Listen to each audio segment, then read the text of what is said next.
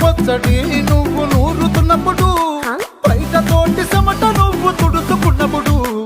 దండాన నీ సొక్కారేస్తున్నప్పుడు నీ ఒంటి వాసన తెగ గుర్తొచ్చినప్పుడు రెండు చేతులెత్తి జుట్టు ముడిచినప్పుడు జెండు కత్తుకొని పడుకున్నప్పుడు అలసిపోయిరుగు ఆవలించినప్పుడు వచ్చుండై ఫీలింగ్స్ వచ్చి వచ్చి చంపేస్తుండ